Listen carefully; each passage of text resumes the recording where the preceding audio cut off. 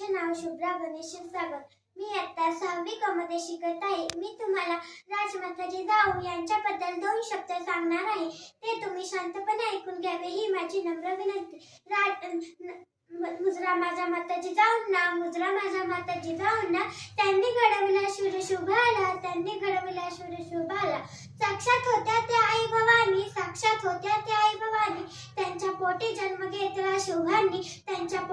घेतला शुभांनी. राजमाता जिजाऊ यांचे संपूर्ण नाव जिजाबाई शहाजी भोसले असे होते. या एक इतिहासातील महान व्यक्तिमत्व होत्या. त्या छत्रपती शिवाजी महाराज यांच्या मातोश्री होत्या. त्यांच्या मार्गदर्शनाखाली शिवाजी महाराजांनी हिंदवी स्वराज्याची स्थापना केली. जिजाऊ यांचे जीवन त्याग, संघर्ष आणि ध्येय याने भरले होते. त्यांचा आदर्श मातृत्व, निस्वार्थ प्रेम आणि असामान्यता ध्येय याचे आपल्याला आजही प्रेरणादायी आहे. जिजाऊ यांना जिजाऊ, राजमाता, राष्ट्रमाता आणि माँसाहेब या नावाने संबोधले जाते. जिजाऊ यांचा जन्म 12 जानेवारी 1598 रोजी बंडरगाव राजा वऱ्हाड येथे झाला. त्यांच्या वडिलांचे नाव लखोजी जाधव हे एक महान प्रभावशाली सरदार होते.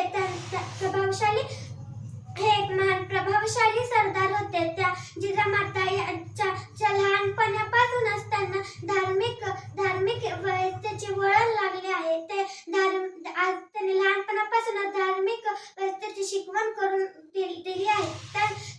वयाच्या 12व्या वर्षी त्यांचा विवाह शहाजी भोसले यांच्याशी झाला. ते एक निजामशाहीचे महान सरदार होते.